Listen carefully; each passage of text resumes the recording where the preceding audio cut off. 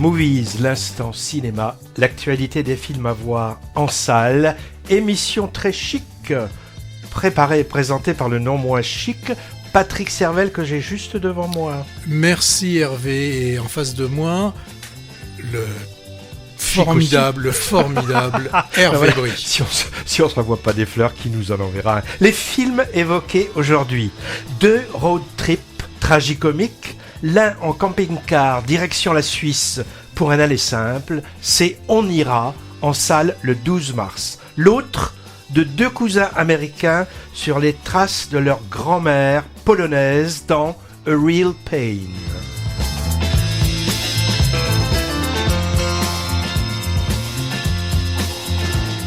L'attachement en salle depuis quelques semaines, mélodrame évoquant les liens enfants-adultes et entre adultes.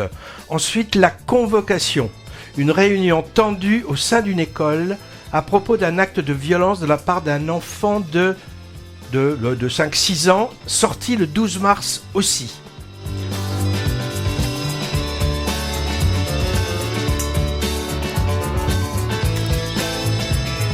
Un documentaire sur la mise en orbite du mythique groupe britannique avec Become Led Zeppelin. Black Dog, western, on peut dire, à moto dans un no man's land chinois. Et enfin, Robert Pattinson en multiples exemplaires dans une comédie de science-fiction coréenne mais en anglais, Mickey 17, ou doit-on dire Mikey 17 ? Mikey 17. Donc, 7 films au programme. Et si on mixe leurs titres, attention ça donne mesdames et messieurs, il va parler. It's a real pain in the ass, qu'on peut traduire par ça me trouve le cul, excuse my French. Mais on ira quand même à la convocation envoyée par Mickey 17, grand fan de Led Zeppelin, et qui montre un très fort attachement à leur titre Black Dog, sur leur 4e album. Du coup, on aura ce morceau dans notre bande-son.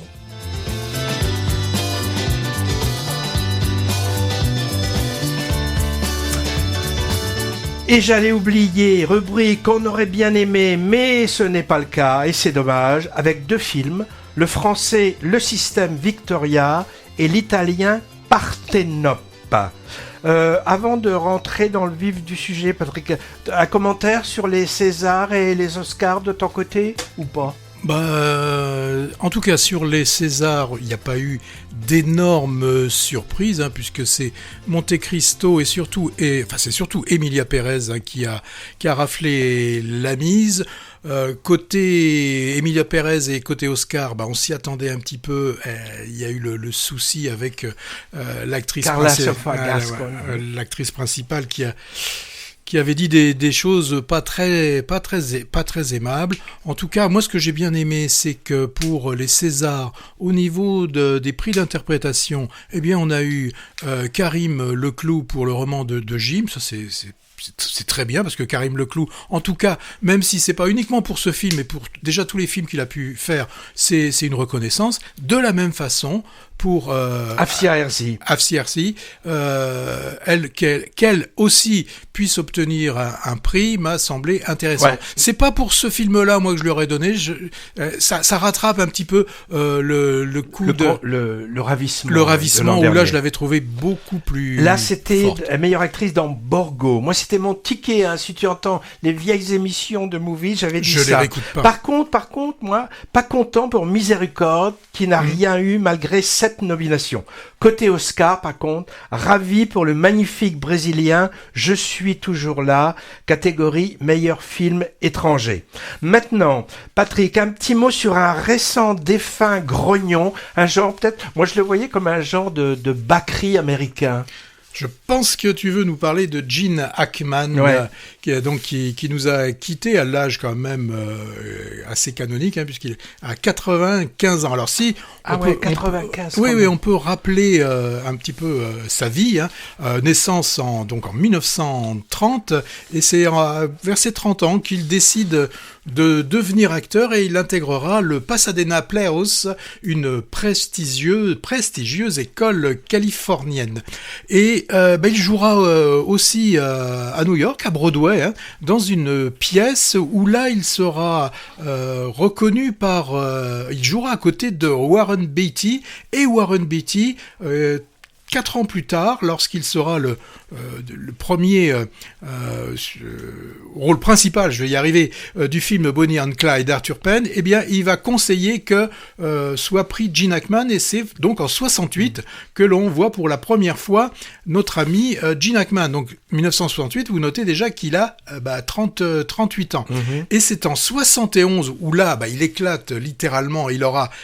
dès ce film, le prix, l'Oscar du meilleur acteur, c'est pour le film de William Friedkin, c'est French Connection. Voilà, donc ça c'est vraiment le moment donc où on le voit vraiment apparaître sur les écrans. L'année d'après est très forte, hein, puisque c'était l'époque des films catastrophes. Le premier film catastrophe, le film de Roald Nim, c'est L'Aventure du Poséidon, avec ce bateau Titanic avant l'heure, qui se retourne. Et il joue aussi dans des films plus, je dirais, arrêt-essai, je pense à celui de Jerry Schatzberg, L'Épouvantail, où il partage le premier plan avec quand même Al Pacino, et surtout 1972, Grand Prix Palme d'Or à Cannes pour le film de Francis Ford Coppola, c'est Conversation secrète, où on nous narre ce qu'il a pu se passer au moment du Watergate. Un film sur la parano aussi, un petit peu, hein. Oui, puisqu'à la fin on le voit, il cherche des micros partout. Il démonte tout son appartement pour rechercher des micros. Alors après, il fait aussi, dans les films grand public et grand spectacle, il sera dans les Superman 1 et 2. On le verra aussi dans le film, je me souviens de 85, film d'Arthur Penn, Target. On le verra dans Alan Parker dans Mississippi Burning. 2 fois, Clint Eastwood fera appel à lui dans un western impitoyable, et dans un film un film contemporain, Les Pleins Pouvoirs. Alors aussi, il est dans le film qui avait eu un gros succès, La Firme. Il est dans un film au Roland Guerrier, USS Alabama, et dans un autre film où je l'avais beaucoup aimé, c'était dans Get Shorty. Je vais dire qu'après, je l'ai un peu perdu de vue, hein, à partir des années... Mais lui aussi, t'as perdu de vue. 2000. Mais il m'a jamais appelé. J'ai lu même qu'il avait été dans un remake que je connaissais pas, un remake du film Garde à vue de Claude Miller. Je savais même pas qu'il avait fait ça. Il va s'arrêter dans les années 2000, et les derniers films qu'il a pu faire, c'était, je crois, Le Maître du jeu, où il était avec aussi un autre acteur qui va commencer à avoir certainement le même âge, puisque c'est Dustin Hoffman. Ça, c'était Le Maître du jeu, et son dernier film répertorié, c'est Bienvenue à Mooseport, sorti en 2004. Et à ce moment-là, c'est lui qui décide, qui annonce qu'il ne ferait plus de films et qu'il prendrait une retraite, comme on dit, bien méritée. Voilà ce que je pouvais dire sur Gene Hackman. Rest in peace. Oui. Alors, donc, on entame les films d'aujourd'hui. Oui, et tu vas nous parler d'un film qui marche pas mal. Oui, tout à fait. L'attachement. Film sensible. Ouais. J'ai eu un peu peur, je dois dire, à la lecture du synopsis et à la vision aussi de la bande-annonce, qui insistait fort sur le côté mélodrame familial, mais fausse alerte. J'ai vraiment été conquis par le film, comme beaucoup de spectateurs d'ailleurs, puisqu'il rencontre un succès public certain. Sandra, c'est une quinca, célibataire et intello un peu bourrue, qui tient une librairie féministe. Elle est la voisine de palier apparemment distante d'un couple en passe d'avoir un second enfant. Quand l'accouchement s'annonce, elle se voit confier presque malgré elle, le petit Elliot, par son beau-père, Alex. Événement tragique va suivre qui va rapprocher les personnages.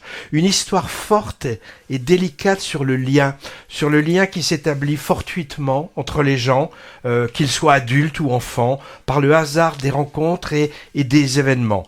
D'un point de vue de pure cinématographie, c'est assez classique, un plan-plan. Les atouts du film sont ailleurs. D'abord, j'ai trouvé que les personnages étaient originaux, pas des archétypes comme c'est trop souvent le cas dans les films, hein, et ça vaut pour les premiers comme pour les seconds rôles. Je pense à la grand-mère qui est vraiment étonnante, au vrai papa d'Eliott ou à la nouvelle amoureuse d'Alex. Grande qualité du film également, des dialogues superbement écrits, subtils, qui exposent les sentiments contradictoires et les psychés complexes de tous les personnages.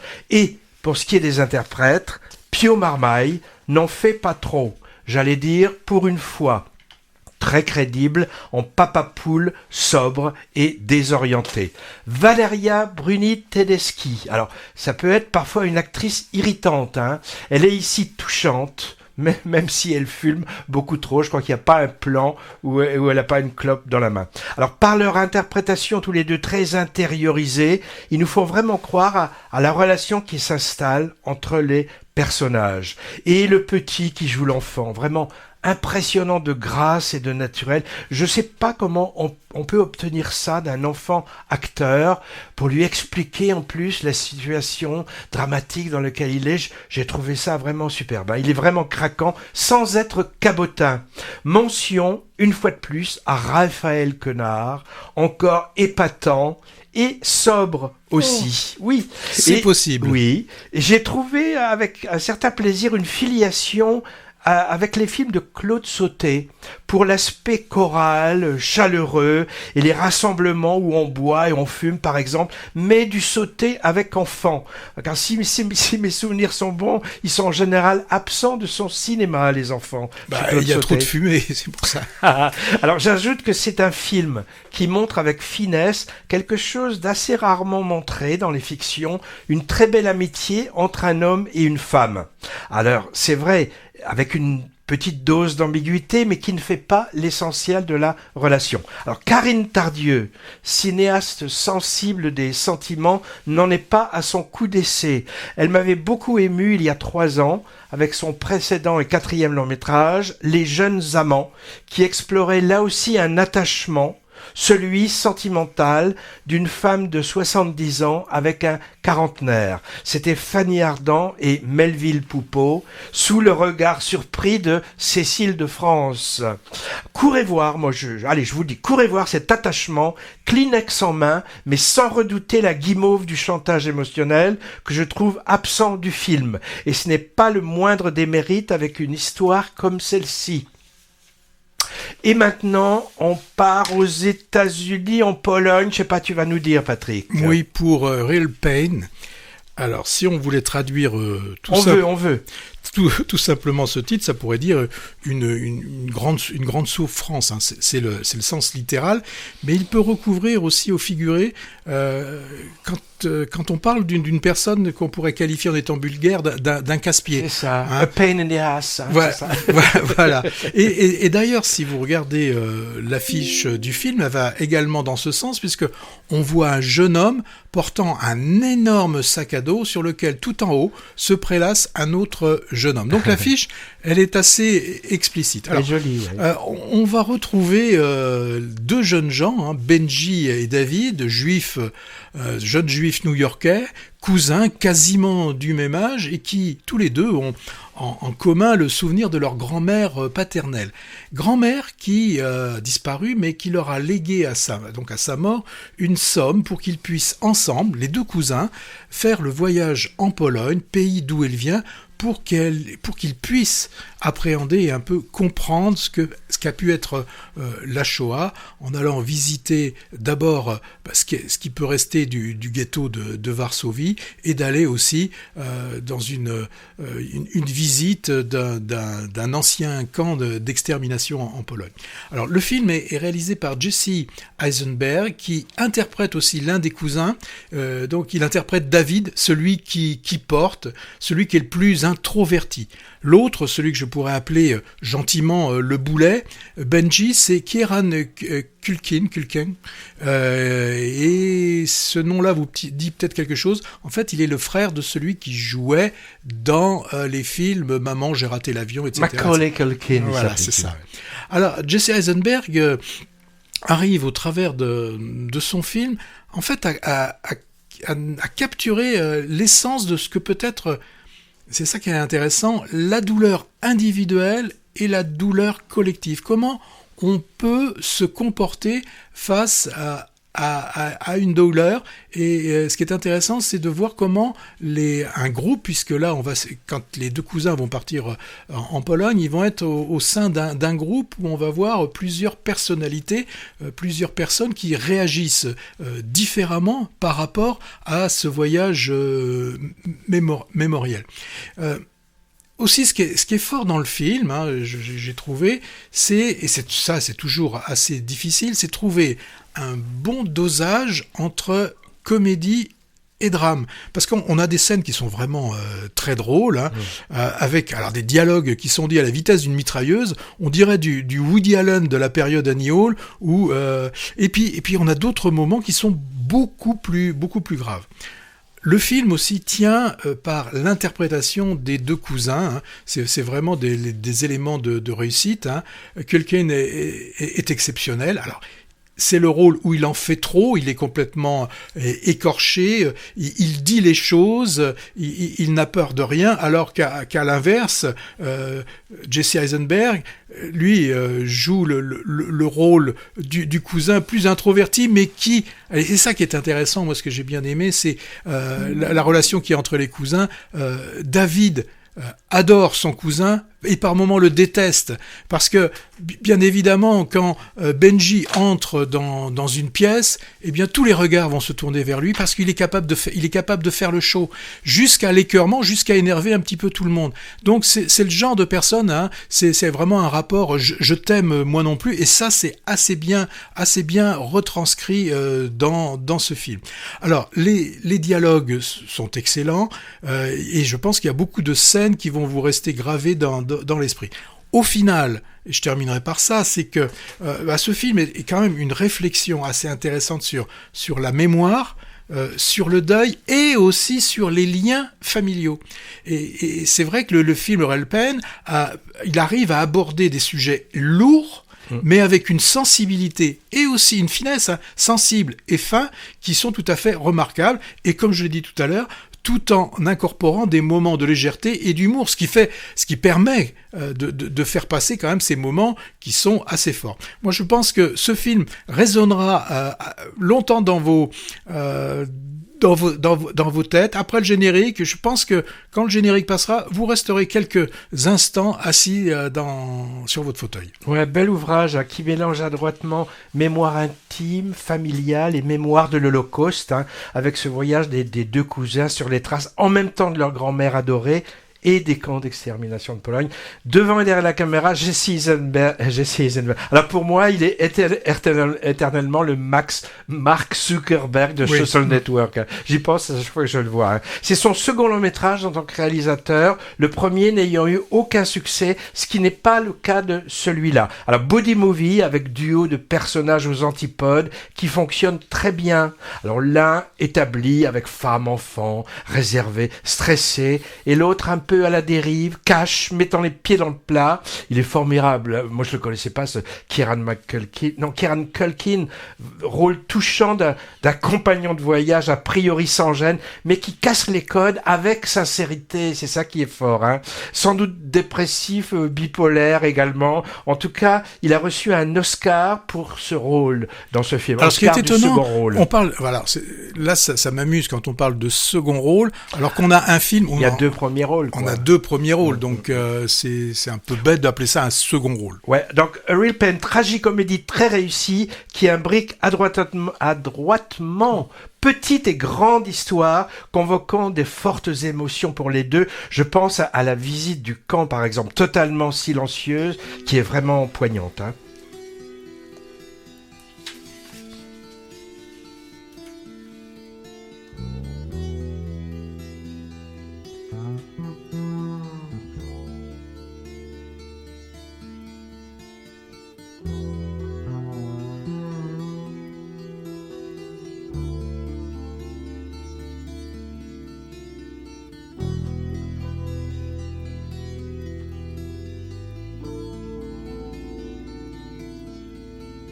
Hey you, out there in the cold, getting lonely, getting old, can you feel me? Hey you, standing in the aisles with itchy feet and fading smiles, can you feel me? Hey you, don't help them to bury the light.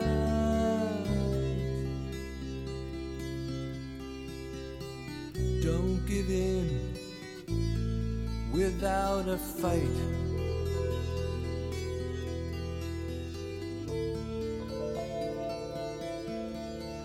Hey you,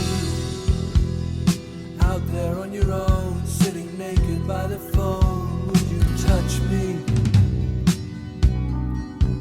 Hey you, with your ear against the wall, waiting for someone to call out, would you touch me? Hey you, would you help me to carry the stone?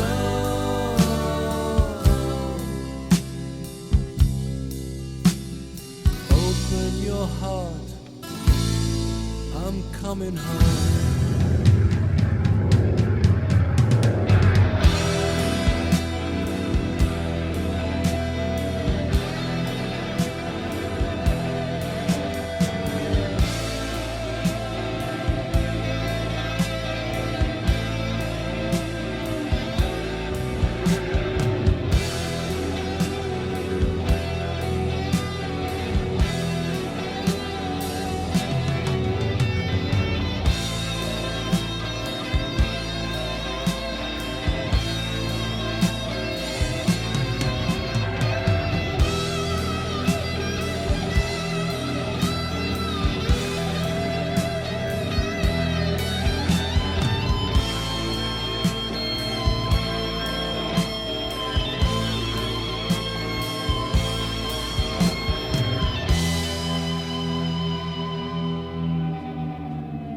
But it was only fantasy. The wall was too high, as you can see. No matter how he tried, he could not break free. And the ones ate into his brain.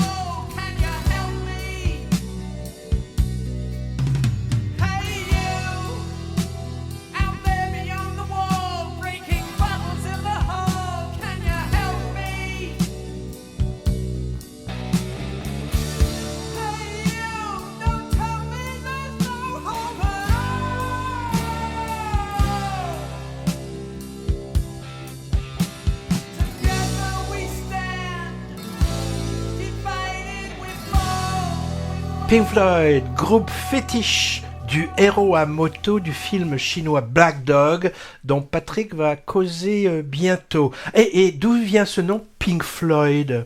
Eh bien, j'ai appris ça. Hein. Ce sont les prénoms de deux bluesmen anglais que les musiciens du groupe adoraient, Pink Anderson et Floyd Council. Pink Floyd a composé plusieurs musiques de films.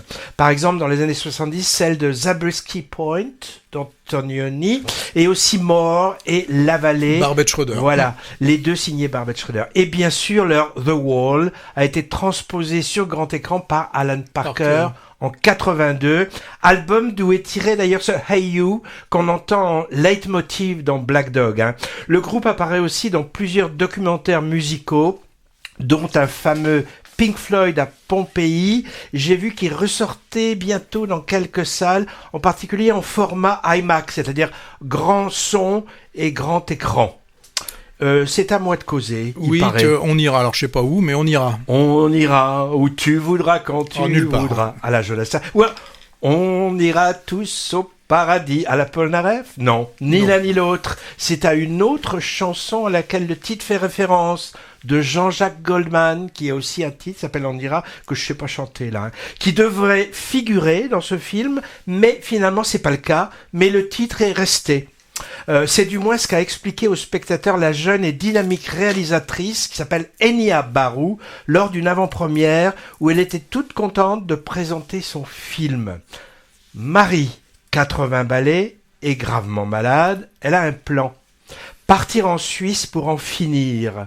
Pour l'aider dans son entreprise, qu'elle a du mal à annoncer à son fils irresponsable et à sa petite fille adorée, elle invente un mensonge et elle prend comme complice malgré lui un auxiliaire de vie un peu à l'ouest qu'elle vient tout juste de rencontrer d'ailleurs, elle ne le connaissait pas. Et les quatre vont embarquer dans le camping-car familial pour un road trip rempli d'humour, d'émotions et de rencontres. Je me suis laissé embarquer avec plaisir avec cette troupe iconoclaste.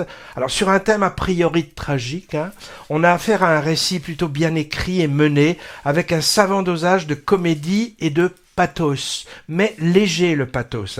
Alors rien de révolutionnaire, mais c'est enlevé, et je dirais au-dessus du panier dans la catégorie comédie populaire française. Je le mettrai un peu dans la même catégorie que En fanfare, et je lui souhaite le même succès. La réussite repose en grande partie sur un casting d'acteurs atypiques qui confèrent une grande originalité à leurs personnages. Alors on a Hélène Vincent qu'on avait vue il y a peu de temps dans Quand vient l'automne, elle était déjà extraordinaire. En mamie, digne et drôle, qui veut en finir, et Pierre Lotin, décalé et lunaire, et en effet les deux étaient déjà complices dans Quand vient l'automne de François Ozon il y a quelques mois. L'excellent David Ayala, moi je l'ai découvert récemment dans Miséricorde, un gros monsieur en fils touchant qui pige pas grand chose, et la jeune et talentueuse Juliette Gasquet qu'on a vu récemment dans Le Consentement, adapté du livre de Vanessa Springora. Alors ils forment un quatuor crédible et attachant. Le film se double d'un hommage touchant à la communauté des gens du voyage. Et oui, c'est pas vrai. Si ce titre increvable est présent dans la bande son, diégétiquement et non diégétiquement en générique de fin. Donc je l'ai pas mis là parce que on l'a déjà écouté, je me souviens de Moïse. Alors le thème sociétal de la fin de vie choisie et dans l'air du temps, dans les fictions ciné. Très récemment, Almodovar avec La chambre d'à côté, que moi j'ai trouvé très réussi, ou Costa Gavras et son dernier souffle, que moi j'ai trouvé particulièrement raté. Et il y a 3 ou 4 ans, tout s'est bien passé. Le précédent film de François Ozon, il s'est attaqué au sujet aussi avec André Dussolier, ou du moins son personnage, demandant à sa fille incarnée par Sophie Marceau de l'accompagner pour un voyage sans retour en Suisse, comme dans On ira. Et puis aussi, et ça c'est quand même assez curieux, la même Hélène Vincent, dans Quelques heures de printemps de Stéphane Brisé en 2012, décidait déjà de choisir le moment de sa mort.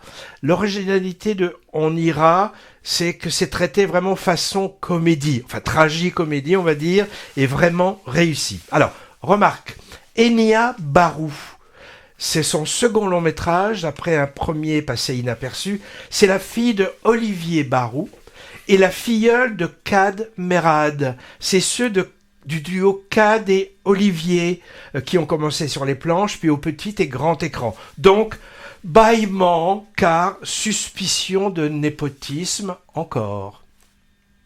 Ok, bon. Eh bien, moi, je vais vous parler du film, pour moi, qui est le film de la quinzaine. Ah, et même au-delà. Oui, c'est Black Dog. Alors, on est au début, on voit un bus sur une route chinoise à la lisière du désert de Gobi, et là, de la colline, déboule une nuée de chiens de races diverses, et surpris, le conducteur fait une embardée, et le bus se retrouve sur le flanc. Sans attendre que le bus soit remis sur ses roues, un homme, sac à dos, prend la route à pied. Et il va en ville, et lorsqu'il arrive là-bas, il va être entendu par les polices locales, car on le connaît bien. Il s'appelle Lang, c'est un ancien détenu, Et là, il revient, c'est pour ça qu'on a I'm Coming Home, il revient à la maison pour chercher à reprendre une vie normale dans cette petite ville. Alors c'est une petite ville, une ville, je vais plutôt dire une ville moyenne qui est en pleine mutation. Il se retrouve là vraiment dans un environnement hostile, méfiant envers lui, et il va devoir renouer avec ce monde qui a changé depuis son départ. Il va retrouver son père qui est toujours là, mais enfin son père est déjà dans un autre monde. Il reste, son père, seul, à surveiller un ancien zoo où plus personne ne vient, où survivent quelques animaux fatigués, dont un tigre neurasthénique. Lang, dans une vie précédente, on ne sait pas exactement, il a été une vedette, est-ce qu'il a été une rockstar? En tout cas, il faisait de la moto, il faisait des représentations dans ce cirque au milieu du désert. Dans ce cirque où on retrouve, et ça aura il y aura un moment autour de cette chose, il y a un sautoir à l'élastique. Bon, il y aura un moment dans le film important là-dessus. On va lui proposer un job à Lang, c'est d'être employé à la fourrière où ils doivent traquer tous ces chiens errants. Et un chien en particulier va l'intéresser, un chien noir, donc Black Dog, une sorte de lévrier, vraiment antipathique au début, et d'ailleurs peut-être porteur de la rage. Alors, Lang a été mordu. Est-il enragé lui aussi? L'était-il avant aussi, dans sa vie antérieure? En tout cas, les deux vont s'apprivoiser. Dans ce film, il y a une très grande intensité doublée d'une grande sensibilité, déjà par l'interprétation de Lang. Il a un jeu subtil, nuancé, qui nous permet, ça nous permet de ressentir la complexité des émotions qu'il ressent. Lang parle très peu. On sent bien qu'il cherche à communiquer, donc il est surtout dans l'écoute et il veut relancer la communication. Alors, les personnages secondaires sont aussi intéressés, ils apportent au film une profondeur supplémentaire à l'histoire. Je pense par exemple à l'histoire un peu d'amour qui va se créer avec une jeune circassienne. Ça va être aussi un moment où on va voir de très belles choses. Au niveau technique, Black Dog est une réussite. Le directeur de la photo a su capter cette atmosphère, la lumière de ce désert.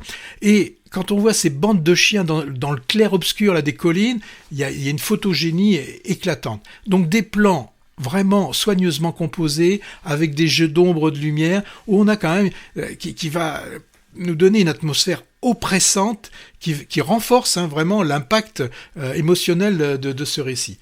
C'est filmé en scope, donc grande largeur, où on voit cette ville en destruction. Alors, ces villes ont vraiment existé. Ce sont des villes, un peu des villes fantômes. Elles témoignent d'un passé prospère qui était lié au pétrole. Ce sont des villes pétrolières. Donc des villes en travaux, on sent bien que là aussi, il est décidé de faire table rase, de supprimer tous ces vieux bâtiments, et il faut que les gens suivent. D'ailleurs, on voit à un moment donné une personne âgée, et on se pose la question, elle fait partie de l'ancien monde, est-ce qu'elle va pouvoir suivre, aller dans ce nouveau monde? Pour situer l'histoire, on est au moment des Jeux Olympiques de Pékin. C'est quoi, 2018? Non, je sais Non, pas. 2008 plutôt. Je sais pas exactement. Alors, bien évidemment, cette ville, donc je viens de le dire, qui est en travaux, qui peut laisser les gens sur le bas-côté, au travers des chiens, de ces chiens errants, faut y voir une métaphore des humains qui, eux aussi, exclus de la société, n'ont qu'un seul moyen pour arriver à survivre, justement, c'est de vivre en bande. Donc pour moi, Black Dog est un film puissant, poignant, qui ne laisse absolument pas indifférent. Il a une capacité à aborder des sujets difficiles, mais avec finesse, et puis avec un traitement visuel impressionnant. Pour moi, c'est une œuvre incontournable du cinéma chinois contemporain. J'étais étonné que que le film soit estampillé du ministère chinois, parce que ça donne quand même une image assez forte de ce qui peut passer dans certaines villes. Pour moi, donc, c'est une véritable réussite pour ce western, ou plutôt pour cet eastern qui s'appelle Black Dog. Et tu l'as vu 2 fois, je crois. Hein, je l'ai vu 2 fois. Donc ça, c'est un signe. Objet étonnant. Hein, moi, comme si l'univers d'Andrei Tarkovsky entrait en collision avec celui de Sergio Leone. J'ai pensé au cinéaste russe à cause de l'ambiance post-apocalyptique et ses chiens errants. Ça m'a rappelé ceux de son film Stalker, dans un décor de ruines appelé La Zone. Et puis Leone m'est venu à l'esprit, bien sûr, pour le côté western. Alors, cinémascope ou VistaVision ? Cinémascope, tu veux dire. Avec utilisation des décors naturels grandioses. Hein. Tu l'as dit, c'est filmé dans le désert de Gobi, entre Chine et Mongolie. Arpenté par une sorte de cow-boy solitaire et taiseux, pas à cheval, mais à moto. Alors, au volet référence, on peut aussi penser à George Miller et ses premiers Mad Max, hein, pour le désert aussi, les friches urbaines et industrielles, les clans et les convois de véhicules soulevant des nuages de poussière. Et puis s'ajoute à ça une dose d'absurde humoristique. Moi, j'ai pensé à du Jacques Tati à certains moments. Oui, avec le cirque, par exemple. Ouais, par exemple, ou ses essais à moto, un peu incongrus. Donc, un mix de lourdes références, mais pour un film pourtant atypique et inclassable, loin de ce qu'on voit habituellement venant de Chine ou d'ailleurs. Mais quand même aux propos assez nébuleux quand même, hein. Peut-être politique, hein, pour une métaphore de la déliquescence de la Chine contemporaine, je sais pas trop. En tout cas, si c'est le cas, ça n'a pas été vraiment perçu comme tel par les autorités de censure, hein, puisque le film est sorti sur les écrans chinois.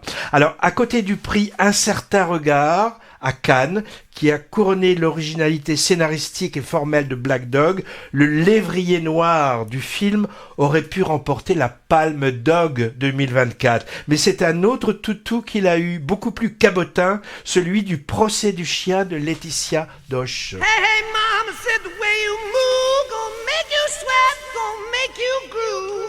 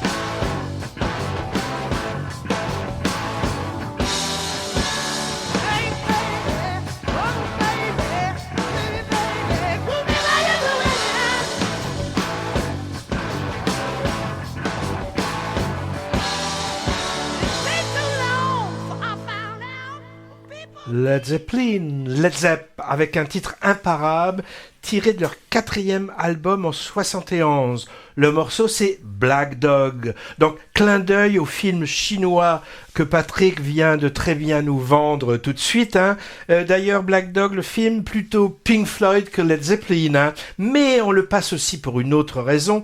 En illustration du documentaire Becoming Led Zeppelin, à l'affiche dont je parle tout à l'heure et si j'ai pas le temps ce sera en bonus parce Là, que je parle d'autre chose. Oui, tu vas nous parler d'une certaine Convocation, film que nous avions vu, me à semble-t-il, Sarlat, je lors crois. du dernier festival de Sarlat. Je te laisse en parler, je rajouterai certainement quelque chose derrière. Ok, alors la Convocation, drame psychologique, on peut dire comme ça, qui nous vient du Nord. Coproduction allemande, néerlandaise, suédoise et norvégienne, donc a priori, on sait qu'on va peut-être pas trop rigoler. Hein. Un récit de plus en plus dérangeant, avec pour feuille de route un scénario mince, hein, au sein d'une école primaire, l'élucidation du comportement violent d'un enfant de 6 ans envers un de ses camarades. Les parents sont convoqués et une confrontation des faits et des points de vue va avoir lieu avec une médiatrice inexpérimentée, un peu dépassée par les événements. Le personnage central, c'est la mère de l'enfant supposé agresseur, une femme apparaissant sûre d'elle, dont on comprend qu'elle a une certaine notoriété artistique, probablement une actrice connue, ce qui va peut-être jouer en sa défaveur dans la confrontation. Alors, personne ne sait avec certitude ce qui s'est vraiment passé entre les deux garçons, dont les récits sont contradictoires. Hein. Des accusations graves vont pleuvoir, et le débat entre les protagonistes de plus en plus à cran va dévier sur le comportement des adultes, plus que sur celui des enfants concernés. Alors, qui dit la vérité? Qui cache des secrets? Névrose, mensonge, tabou et jalousie pointent leur nez. On a affaire à un presque huis clos théâtral, assez étouffant, où la folie guette. Je pense en particulier à une scène de fou rire nerveux, impressionnante, qui n'en finit pas et vire au pathétique. Malaise donc, malaise encore, avec un moment très particulier aussi, une scène de danse entre les personnages clairement inspirés des chorégraphies de Pina Bausch, qui place le spectateur déséquilibré entre rêve et cauchemar. Voilà un objet curieux. À vrai dire, je sais pas trop quoi en penser. Je me suis pas ennuyé à ce suspense psychologique, voire psychanalytique. La réalisation est soignée et les digressions déroutantes ou absurdes ne m'ont pas gêné, mais après, so what? Le sujet d'exposition, qui semblait être au départ, que vaut la parole des enfants et comment l'appréhender en tant qu'adulte, il se perd un peu en route. Hein. J'ai pensé au tout début au film L'innocence du japonais Koreeda, je me souviens c'était un de tes préférés de 2023 Patrick, hein, qui évoque aussi la violence en milieu scolaire avec un côté chacun sa vérité. Mais la Convocation s'éloigne de ça. Pour aller où? Eh bien je sais pas trop à vrai dire, tu me diras ce que tu en as pensé de ton côté. Le film repose en grande partie sur les épaules de l'interprète principale, Renate Reinsve, je ne sais pas si je prononce bien, Renate Reinsve, dans le rôle de la mère, convoquée pour éclaircir le comportement de son fils. Elle était en 2022 la jeune fille frivole et joyeuse de Julie en 12 chapitres de son compatriote norvégien Joachim Trier, rôle pour lequel elle avait reçu le prix d'interprétation féminine à Cannes. Elle est impressionnante ici, en maman angoissée, qui défend son enfant et qui se défend bec et ongles et perd peu à peu pied. Le jeune Halfdan Ullman Tondell, norvégien aussi, a scénarisé et réalisé ce premier long-métrage assez glaçant. Attention, alerte népotisme. C'est le petit-fils de, je te redis son nom Patrick, Halfdan Ullman Tondell. C'est le Ullman, c'est le petit-fils de Liv Ullman et de Ingmar Bergman. Lourde hérédité cinématographique à porter. En tout cas, son coup d'essai a été remarqué puisqu'il a obtenu la Caméra d'Or 2024 à Cannes, qui sacre le meilleur premier film en compétition. Pas sorti à l'heure où je parle, prévu le 12 mars sur les écrans. Mitigé, toi, Patrick ? Également mitigé, il me serait difficile de recommander ce film qui m'a laissé assez perplexe. Autant la première partie me semblait, c'est le cas de le dire, bien partie. Tu l'as évoqué, on pouvait penser à l'innocence de Koreeda. Il y avait aussi un petit peu dans le côté glacé au scalpel de Quiet Life, ces ambiances, ces ambiances nordiques. Je pensais aussi un peu salle des profs, vous voyez, tout ce genre de film. J'aimais bien ce côté au début de cette femme qui arrive, et vraiment un peu comme dans un tribunal, votre fils a fait quelque chose, on ne sait pas quoi exactement, mais vraiment en position d'accusé, elle comprend pas, elle essaye de comprendre ce qu'on est en train de lui dire. J'ai bien aimé ce morceau, là, je me dis, ça part bien. Et ensuite, malheureusement, là, on ne sait pas justement où le réalisateur, la réalisatrice il ne savait pas lui-même a voulu aller. Des scènes posées là, ces scènes de danse, je n'ai absolument pas adhéré à ça. Ces scènes à la fin sous la pluie là, où ils reçoivent des tonnes d'eau pour leur montrer en fait qu'ils sont un peu, enfin, en faisant simple. Ils sont lessivés. Voilà, ils sont lessivés, ou aussi c'est un peu le naufrage, toute l'organisation, l'administration prend l'eau de partout. Bon, ça m'a semblé un peu simpliste. Donc moi, ce film me laisse toujours perplexe, et il me serait difficile de le conseiller. Bon, alors on va essayer autre chose pour toi. On va essayer Mickey 17, Mickey 17. Bah oui. Parfois il arrive que quand on est dans l'attente d'un nouveau film et que cette attente soit si intense, on peut trouver que le résultat final n'est pas forcément à la hauteur des espérances. Et pour ce Mickey 17 ou 18, Mickey 17, Mikey 17, le dernier film de science-fiction de Bong Joon-ho, c'est pour moi un exemple assez frappant de ce que peut être une attente, ce qui se solde par une grande déception. Alors l'histoire, on a Mickey Barnes qui se retrouve devant des difficultés financières assez fortes et qui est pourchassé par des gangsters n'ayant vraiment aucun sens de l'humour.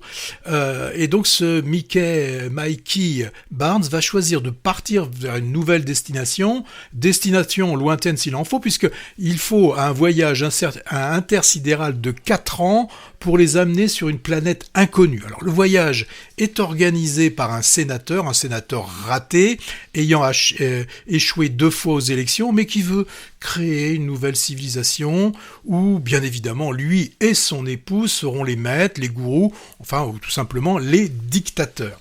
Alors quand on signe un contrat, il faut bien lire les petits caractères, parce que dans son contrat, il est stipulé qu'il sera expandable, réplicable, remplaçable, réutilisable. Qu'est-ce que cela signifie ? Eh bien que sa mission est de participer à des expériences scientifiques où il risque de perdre la vie, mais c'est pas grave, parce que miracle de la technologie, son corps et son esprit ont été scannés ou stockés, et donc il pourra être régénéré, plutôt réimprimé, grâce à une superbe imprimante 3D extra performante. Bon, alors, tu me diras qu'avec une idée scénaristique comme ça, on pouvait s'attendre à quelque chose d'assez jouissif.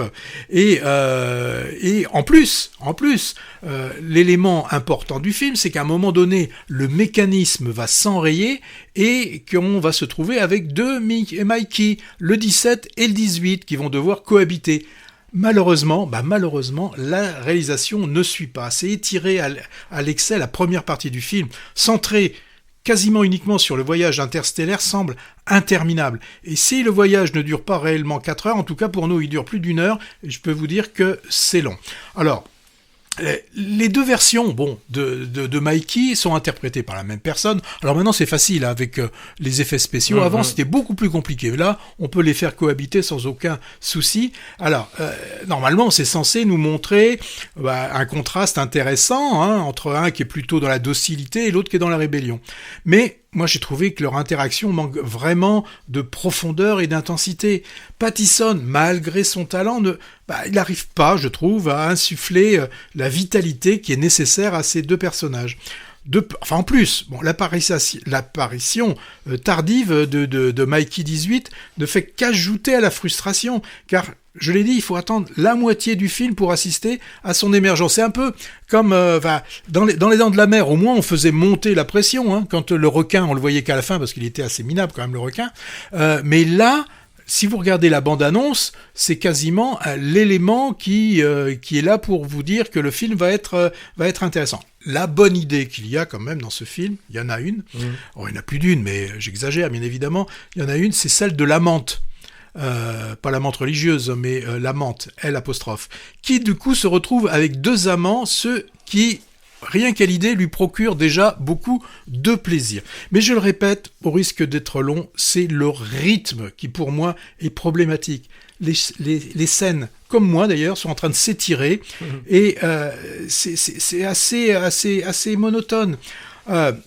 Bon, le coup du dictateur, ça peut être drôle dans un premier temps, mais là aussi, la répétition sur ce couple, même si aussi on a l'interprétation de Tony, comment il s'appelle Tony Collette, c'est ouais. la femme, et lui, je sais plus. Lui, je sais plus. Bon, mais voilà, pour moi, c'est dommage que ce Mikey 17, qui aurait pu être quelque chose d'intéressant, hein, sur l'identité, la résilience face à des défis technologiques, parce que là, ils sont confrontés au problème de trouver une nouvelle planète, il y a des problèmes de savoir est-ce que l'on va garder que les meilleurs éléments, tout ça, bon, c'est quand même des réflexions, avec quand même en fond le côté eugéniste, le côté dictateur, bien évident, on dira, le film, oui, il faut penser que c'est Trump, que c'est Elon Musk et tout ça. Ok, mais dans ce cas-là, il faut faire un film un peu plus fort, et on peut pas faire de la pochade comme ça a été fait, comme c'est fait là. Moi, je trouve qu'on est loin il y a des films qui peuvent être terriblement réussis. Quand je pense à Bienvenue à Gattaca, qui pour moi reste vraiment. Mais c'est pas comédie, il y a quand même. Oui, là. mais ça, c'est la comédie. C'est pas drôle. Enfin, c'est pas très drôle en tout cas. Où j'étais pas en forme. Mais là. C'est du niveau, enfin quand je dis c'est du niveau, c'est dans l'esprit des films que pouvaient faire des Woody Allen ou des Mel Brooks dans les années 80. Sauf que les deux, Mel Brooks comme Woody Allen, eux, savaient ce qu'était le rythme. Ils faisaient des films souvent courts et il y avait du rythme. Là, ça manque de rythme, ça dure 2h15. En 1h45, on aurait pu traiter le Mikey 17. Ah, pas vu, et malgré ton avis plus que mitigé, bien envie de le voir. Ah bah bien sûr. Ouais, moi j'ai beaucoup aimé tous les films de ce talentueux Bong Joon-ho, fer de lance du cinéma sud-coréen. Mais là on oublie tout, on voit le film Oui, mais quand même, avant son fameux Parasite, hein, il avait déjà tâté de la science-fiction. The Host et un monstre marin en 2006, Snowpiercer en 2013, c'était l'adaptation d'une BD française, le transpersonnage, avec un train fou faisant le tour de la Terre gelée. Et puis aussi Okja en 2017, avec une grosse truie transgénique et Tilda Swinton. C'est pas Tilda Swinton qui faisait la truie, hein. Et en Elon Musk avant l'heure, finalement. Oui, hein. alors, et il a gardé le côté d'aimer ces grosses formes. Là, on a, alors sur cette planète, on a des sortes de, de blattes qui ressemblent aussi à des éléphants de mer. Enfin, il y a un mélange de tout ça. Bon, moi, de mon côté, j'attends beaucoup de ce Mickey 17, même si tu as un peu refroidi mes attentes, hein.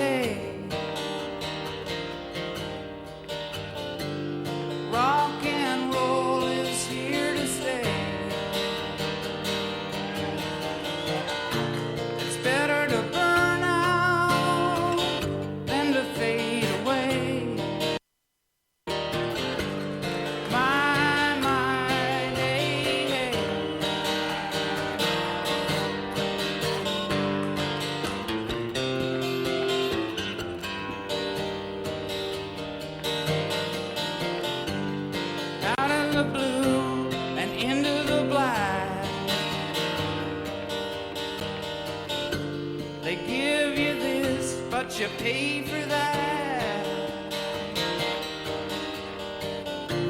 and once you're gone, you can't ever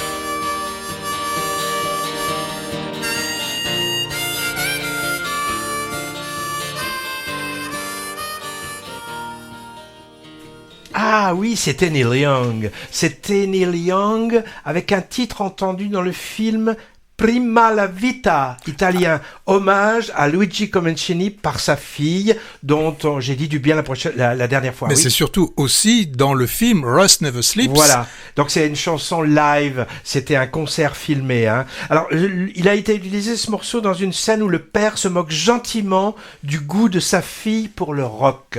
Neil Young, 80 ballets, toujours en studio et sur les routes et engagé politiquement, en particulier pour l'environnement. Sa carrière a croisé le 7e art plusieurs fois.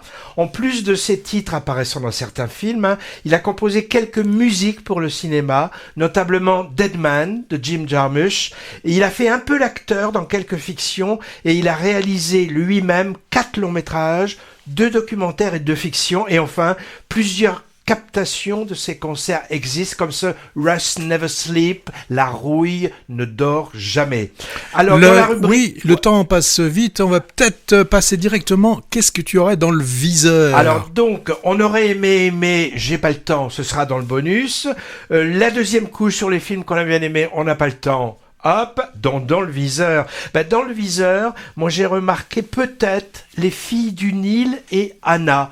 2 films qui sont l'un documentaire sur un groupe de jeunes femmes égyptiennes qui forment une troupe de théâtre et Anna, c'est un drame franco-italien sur une éleveuse de chèvres en Sardaigne qui lutte pour garder ses terres. Ça te rappelle rien ça ? Ça me rappelle le Mohican. Le Mohican. Bien.